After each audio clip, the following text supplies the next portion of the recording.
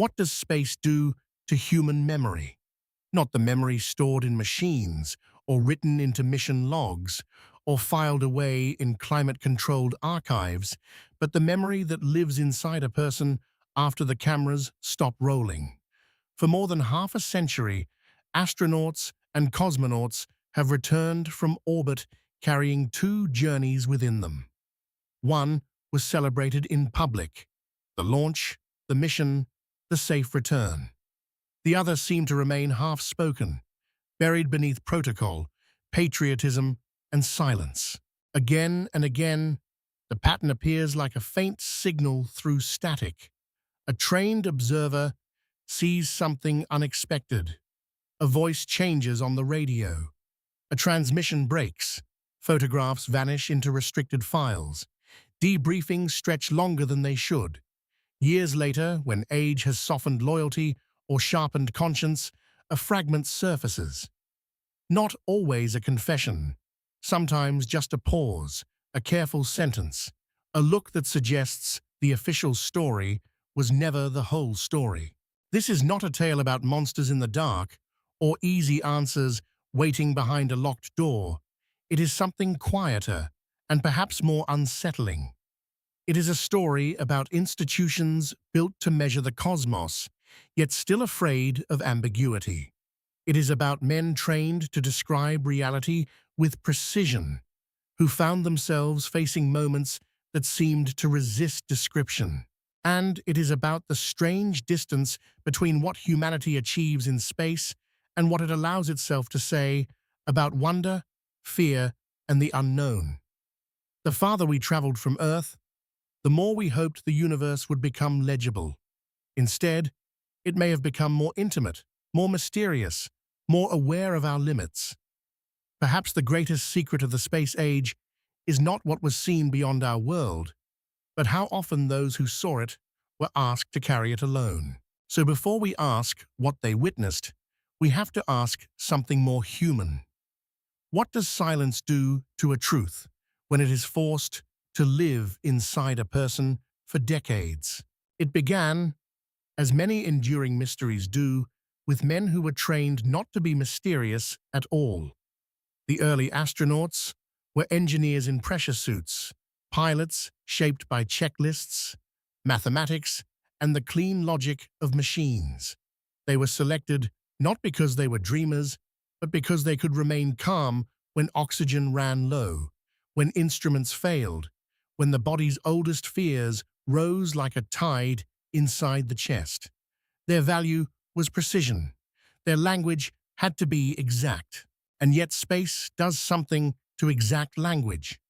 High above the weather, above borders, above the familiar scale of cities and oceans, even the most disciplined observer can find that description begins to thin.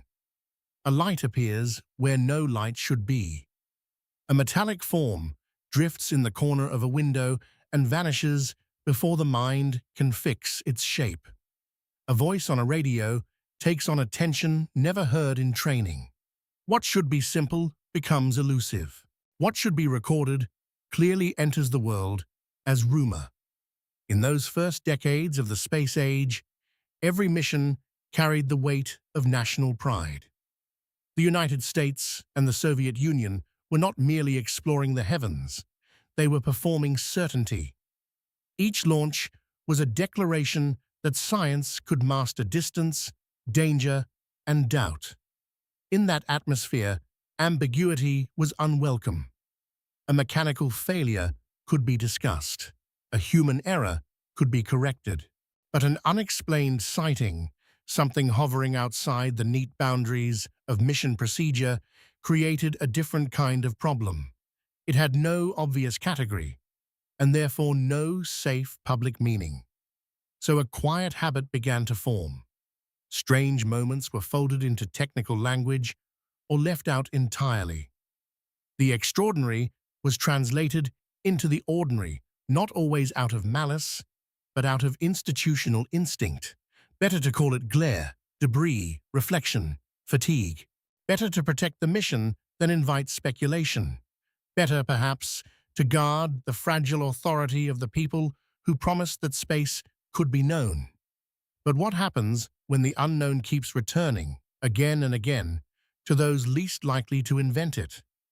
At what point does silence stop being caution and become part of the story itself? What if the first secret was not a discovery, but a feeling?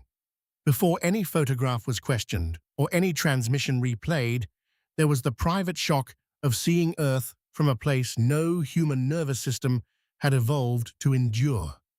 The planet did not look conquered from orbit. It looked vulnerable, blue, thin-skinned, radiant, and alone in a darkness so complete it seemed to swallow language itself. Astronauts often spoke of awe, but awe is an unstable thing inside systems built on control. Many returned with a changed sense of scale, as if the ordinary measures of politics, conflict, and ambition had suddenly become too small. Some described a profound calm. Others hinted at something harder to name, a sensation that they had crossed not only a physical boundary, but a psychological one. Space was not empty in the way textbooks suggested. It felt inhabited by silence, by distance, by a presence that may have been nothing more than the mind confronting immensity, yet felt no less real for that. This is where the story becomes delicate. Not every strange report points to an external mystery. Sometimes the unknown arrives through perception itself. Light bends differently through layered glass. Isolation sharpens some senses and distorts others. Fatigue, stress, and cosmic radiation do not create fantasy so much as they alter confidence in what one has seen. A disciplined witness can remain honest and still be unsure. That uncertainty may be the most difficult burden of all, because the astronaut's role was never simply to experience. It was to translate experience into data, to say clearly and without excess what occurred. But what language exists for moments that feel both real and unprovable? What category is assigned to an event that leaves no instrument trace, yet lingers for decades in the body of the person who saw it? In that gap between evidence and memory, many of the space age's quietest stories were born. Perhaps this is why so many accounts from orbit arrive wrapped in hesitation, not because the witnesses were untrustworthy, but because they understood the cost of claiming certainty where certainty could not be fully earned. And maybe that is the deeper tension waiting beneath every strange sighting in space. Not whether the universe is hiding something from us, but whether human perception can bear the weight of what it sometimes reveals. It started, in many tellings, with a flash outside the window. Not a star, because stars hold their place with ancient patience. Not ordinary debris, because debris usually obeys expectation, drifting with the quiet indifference of spent material. This was different. A bright object pacing a capsule. A shape moving with a rhythm that seemed, at least for a few suspended seconds, almost deliberate. For the public, such moments were usually brief footnotes, if they appeared at all. A crew reported a light. Ground control suggested ice crystals, booster fragments, reflections from the spacecraft's own surface. Often those explanations were reasonable. Space is full of tricks. Sunlight turns metal into fire. Tiny particles become comets when caught at the right angle. The eye, searching for order, can mistake coincidence for intent. And yet some observers insisted that what they saw did not behave like chance. What makes these early accounts so compelling is not their certainty, but their restraint. The people describing them were not trying to become prophets. They were trying to complete a mission. Their voices, when tension entered them, did not rise into melodrama. They became quieter, more careful, a little slower, as if each word had to pass through an invisible filter before it could be spoken aloud. Even in fragments, that caution remains haunting. Then came the familiar ritual. Questions were redirected. Anomalies were absorbed into technical summaries. If a transcript contained something awkward, it was reframed by later commentary. If a memory did not fit the machinery of official explanation, it was left to age in private, where time could erode its sharp edges. The event survived, but only as rumor, stitched together from pauses, interviews, and incomplete records. This is how uncertainty learns to live in history, not as a dramatic revelation, but as a residue, a sentence that never quite resolves, a witness who says less than he knows, or perhaps less than he feels. And hovering behind it all is a possibility both modest and profound, that some of the most unsettling moments in human exploration were never fully erased, only translated into forms the public would be less likely to notice. When an unexplained light is renamed, has the mystery been solved or merely made more manageable for those who must continue pretending the universe is simpler than it is? What if the strangest evidence was not what astronauts said, but what disappeared? In the history of spaceflight, absence has a curious gravity. A photograph mentioned in passing cannot be found. A reel of footage is said to exist, then becomes restricted, misplaced, or quietly reclassified into bureaucratic shadow. A transcript survives, but with gaps that feel less like technical failure than the outline of a choice. Every great institution develops a language for uncertainty. Files are moved for security reasons. Images are withheld for analysis. Material is archived pending review. Much of this is ordinary and necessary. Space agencies handle military overlap, experimental technology, and the reputations of programs balanced on public trust. But when the subject is something unexplained, procedure can begin to resemble erasure. Not dramatic erasure, not fire and shredders and men in dark rooms. Something subtler, a cooling of access, a narrowing of who gets to know. For the astronauts themselves, this created a peculiar moral landscape. They were witnesses, but not owners, of the record. A camera might hang from a human neck, yet the image it captured belonged to a system larger than any one person. Once back on Earth, memory had to compete with documentation, and documentation did not always remain visible. In that contest, the official archive often won. What could not be publicly reviewed became easier to doubt, and what was doubted became easier to dismiss. But absence can shape belief as powerfully as proof. People sense when a narrative has been smoothed. They notice when a story carries the polished finish of careful omission. Over time, missing images and sealed records become symbols, not only of secrecy, but of a deeper discomfort. The fear that modern institutions can tolerate danger more easily than ambiguity. Rockets may explode in public memory. That tragedy can be named, but an unexplained event, suspended between data and wonder, threatens something harder to defend: the promise that everything important can be explained on schedule. So the mystery thickens, not because evidence is abundant, but because it flickers, present, then absent, mentioned, then withdrawn. And perhaps that is why these stories endure. They remind us that forgetting is rarely empty. Sometimes it is curated, sometimes it is administrative, and sometimes what vanishes from the file remains most vividly alive in the human mind that can no longer prove what it knows. There is a moment in many extraordinary stories when the event itself ends and a different drama begins. The spacecraft lands, the hatch opens, gravity returns with its old authority. Smiles appear for cameras, hands are shaken, flags stand in the background. But behind that public choreography waits another room entirely, the debriefing room, where experience is translated into acceptable language. This is where memory meets power. Astronauts were trained to report with precision, yet precision is never innocent inside institutions.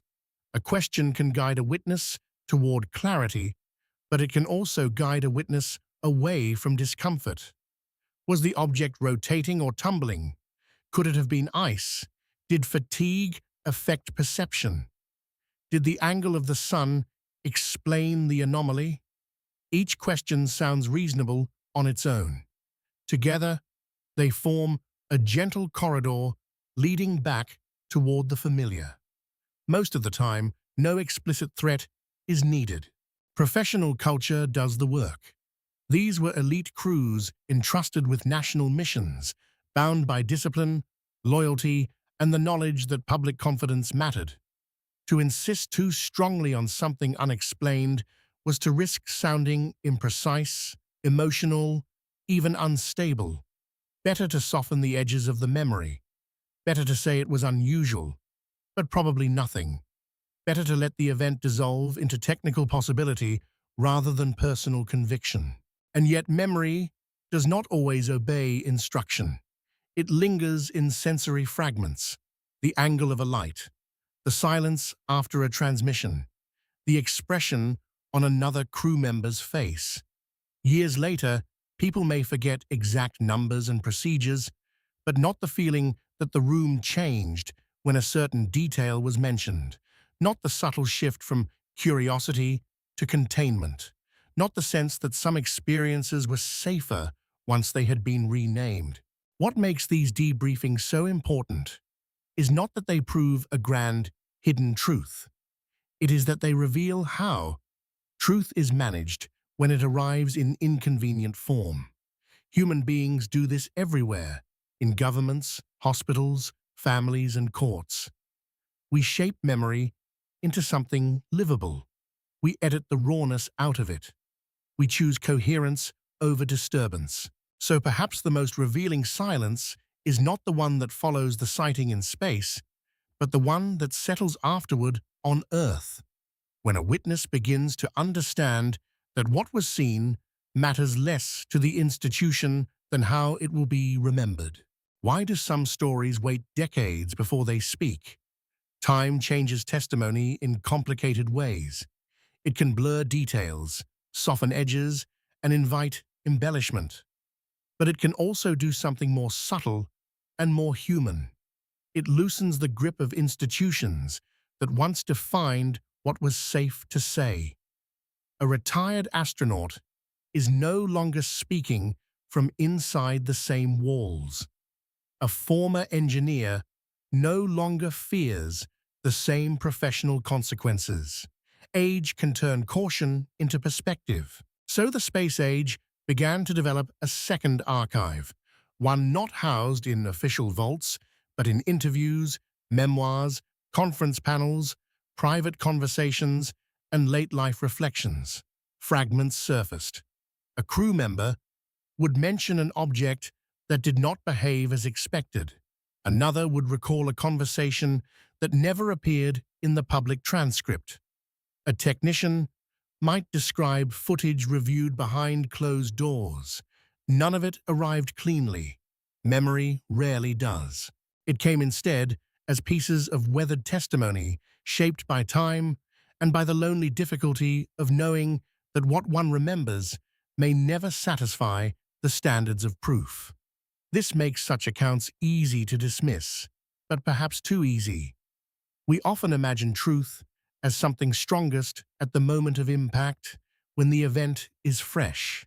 Yet human beings do not always understand their experiences immediately. Meaning can take years to form. Some events are too strange to interpret on the day they occur. Only later, after distance and silence, does a witness begin to see what most unsettled them. Not only what they saw, but how quickly the world around them tried to make it ordinary. There is something deeply moving in that delay. It reminds us that testimony is not always a performance of certainty. Sometimes It is an act of recovery. A person returns to a moment not to sensationalize it, but to rescue it from the flattening pressure of official language. To say, in effect, this was stranger than we allowed ourselves to admit. And that raises a difficult question. When memory ripens slowly in the dark, emerging only after many years, should we trust it less because it took so long, or listen more carefully because silence itself may have been part of the event? It is tempting to think the mystery lies only outside the spacecraft, beyond the glass, somewhere in the black distance between stars. But some of the most profound encounters in orbit may have taken place within the human mind itself. Space strips away the ordinary signals of life on Earth: the horizon, weather, crowds, the constant reassurance of familiar scale, and leaves a person suspended inside a vastness that does not answer back. In that silence, perception becomes both sharper and more fragile. Astronauts have often described a transformation that is difficult to reduce to data. Looking down on Earth, they did not simply see geography. They saw a single living world without borders, glowing against an emptiness so immense it seemed almost spiritual. This experience has been called by different names, but the name matters less than the effect. Many returned with the feeling that something in them had shifted permanently, as though they had seen not just the planet, but the conditions of human life with unbearable clarity. That kind of vision can be beautiful. It can also be disorienting. A person trained for mechanics and navigation suddenly finds themselves confronting questions usually reserved for poets, philosophers, and mystics. What is home when you can cover continents with your thumb? What becomes of conflict when borders disappear from view? And if the mind opens that widely, what else might enter with it? Wonder, fear, projection, revelation. The line between external mystery and internal transformation begins to blur. This does not diminish the credibility of strange reports. It deepens them. An unexplained light seen from orbit may be a physical event, a perceptual event, or some complicated union of both. The witness remains sincere either way. What changes is our understanding of what sincerity must carry. To see something unusual in space is one burden. To feel your entire relationship with reality shift at the same time is another. Perhaps this is why some astronauts spoke so carefully and why others seemed unable to fully speak at all. The unknown was not only out there, it had entered them. And once an experience alters the one who experienced it, can any report ever fully separate observation from transformation? Sometimes the most revealing witness is not the astronaut, but the machine. Cameras do not feel awe. Sensors do not hesitate. Telemetry does not blush under public scrutiny. And yet the history of strange events in space is filled with moments when instruments seem to confirm that something unusual had occurred, only for the interpretation to dissolve into dispute. A radar return appears where nothing should be. A film sequence captures motion that resists easy explanation.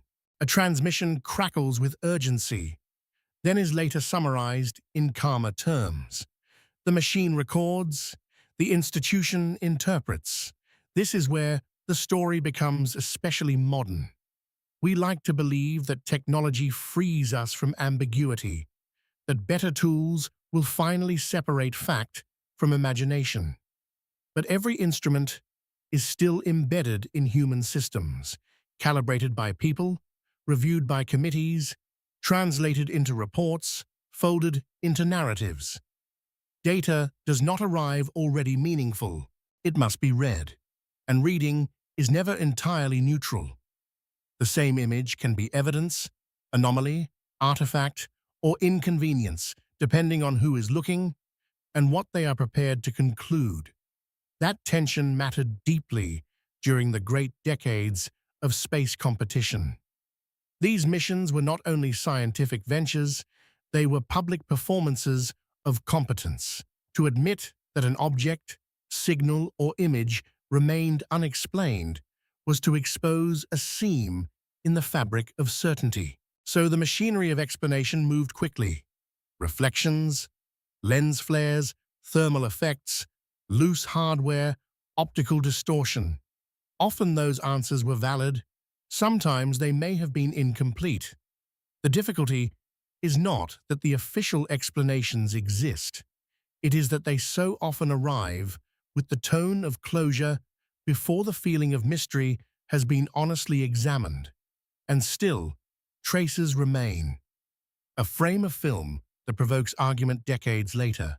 A technician's recollection of materials screened in restricted rooms. An astronaut's pause when asked whether the camera captured everything. These fragments are modest, but they endure because they reveal a larger truth. Evidence does not speak in a vacuum. It speaks through culture, authority, and fear. So we are left with an unsettling possibility. The question may not be whether the machines saw something strange, but whether human beings have ever been comfortable hearing what the machines could not completely explain. There is a reason these stories endure even when proof remains incomplete. They are not only about what may have been seen in orbit. They are about the fragile contract between witness and world. We ask certain people to go farther than the rest of us, to enter environments that test the body, distort perception, and redefine scale. Then, when they return with experiences that do not fit our preferred categories, we ask them to become smaller than what they have lived through. In that sense, the astronaut becomes a familiar human figure, the traveler who comes back, changed to a society that wants continuity, not disruption. History is filled with such returns. Sailors crossing unknown oceans, polar explorers emerging from white silence, survivors of war trying to describe what ordinary language cannot hold. The difficulty is rarely just the event itself. It is the loneliness of describing an altered reality to those who remained behind. What space adds is a special kind of estrangement. The astronaut has seen Earth whole, has floated above storms and borders, has watched sunrise arrive not once a day, but again and again in a rhythm that makes time itself feel mechanical and sacred at once. Against that backdrop, any unexplained event acquires a second meaning. It is not merely an anomaly.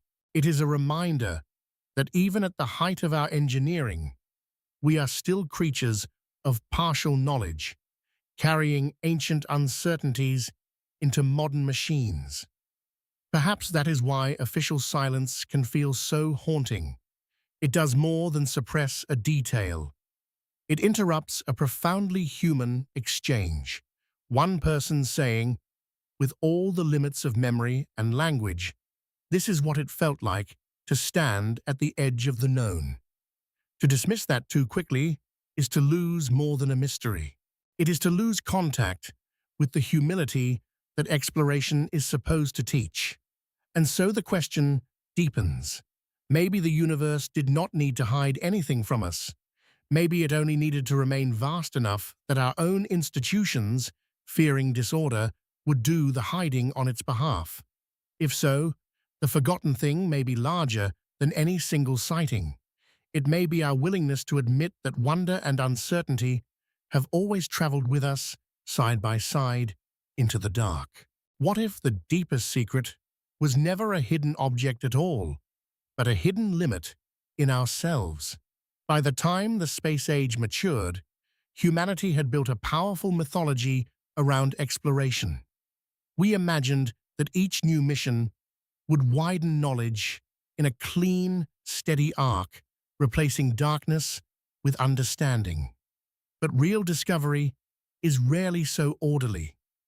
It arrives tangled with misinterpretation, fear, ego, and the stubborn human need to protect a coherent story. This may be why the most haunting accounts from orbit often feel unfinished. They do not resolve into triumph.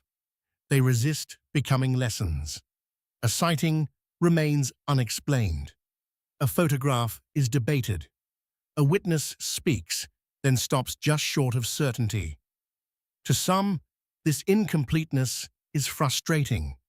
To others, it is precisely what makes the stories believable. Life itself rarely delivers perfect endings. We live among fragments, hints, and partial disclosures, building meaning from what remains. There is dignity in that uncertainty. The astronauts at the center of these stories were not sages descending from the heavens with final truths. They were human beings operating at the outer edge of skill and endurance, trying to remain faithful to what they had seen, while also surviving the systems that shaped what could be said. Their hesitation may not weaken the mystery. It may be the most honest part of it. And to pause before naming the unknown is not failure. It is discipline touched by humility. And perhaps that humility is what modern life so often forgets. We are surrounded by instruments, archives, and networks that promise total visibility. We measure, record, classify, and retrieve. Yet the universe continues to present experiences that exceed our categories.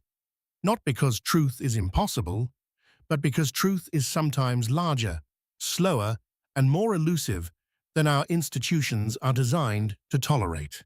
So these stories endure not merely as puzzles from the space age, but as mirrors.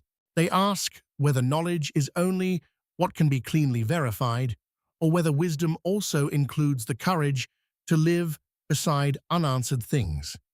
In the end, the silence around these encounters may reveal less about what was out there than about how difficult it remains for human beings to stand before mystery without rushing to close the door. By now, the pattern feels almost liturgical. A human being leaves Earth inside a vessel of noise and fire. For a brief span of days, or weeks, or months, they inhabit a realm where ordinary assumptions fall away. Something unusual is seen, or felt, or recorded. Then comes the return, the retelling, the soft abrasion of explanation, and finally, the long afterlife of uncertainty. Again and again, the cycle repeats, not because every mystery shares the same cause, but because every institution shares a similar hunger for order. And yet order is not the same as truth. Sometimes it is only the most convenient shape given to uncertainty.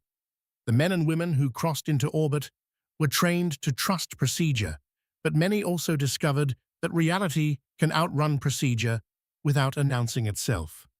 A glint outside the window, a silence on the radio, a photograph that seems to show more than it should.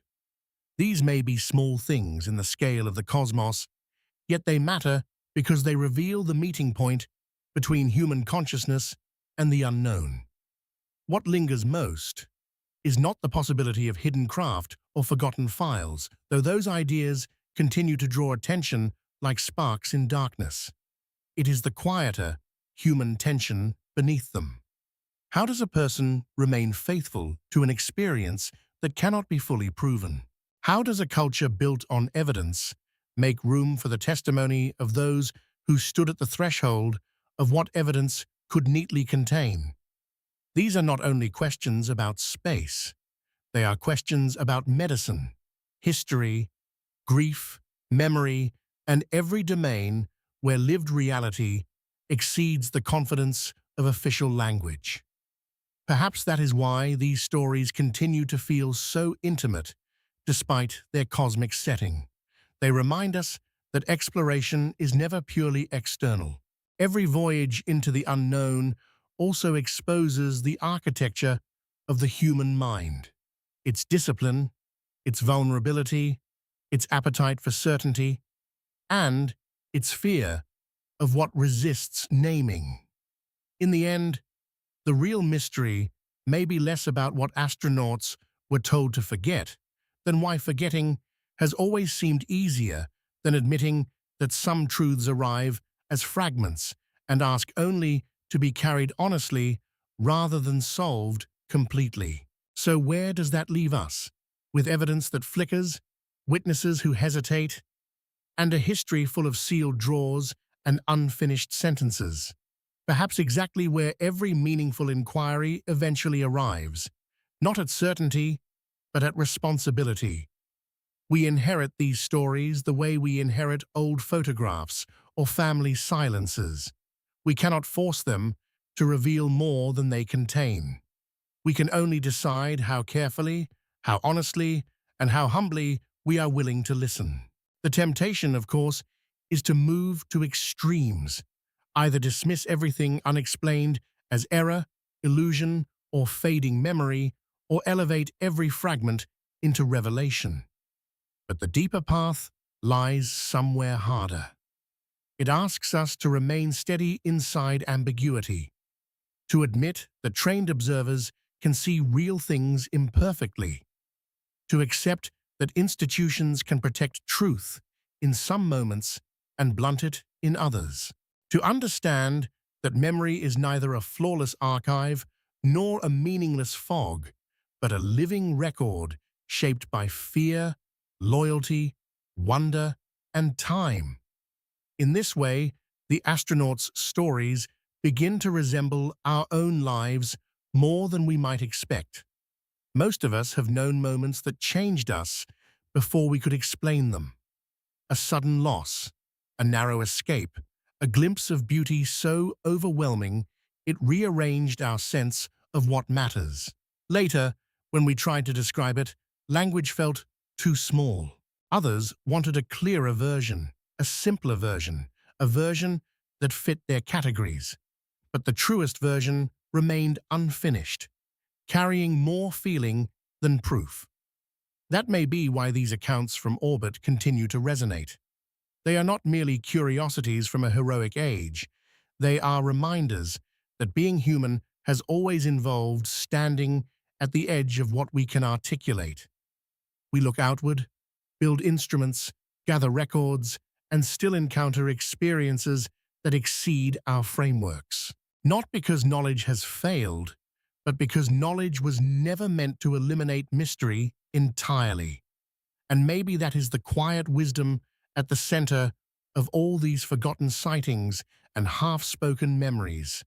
The universe does not become less worthy of study when it resists us. It becomes more worthy, because in that resistance, we meet not only the limits of our technology, but the depth of our own longing to understand. In the end, these stories are not really about being told to forget.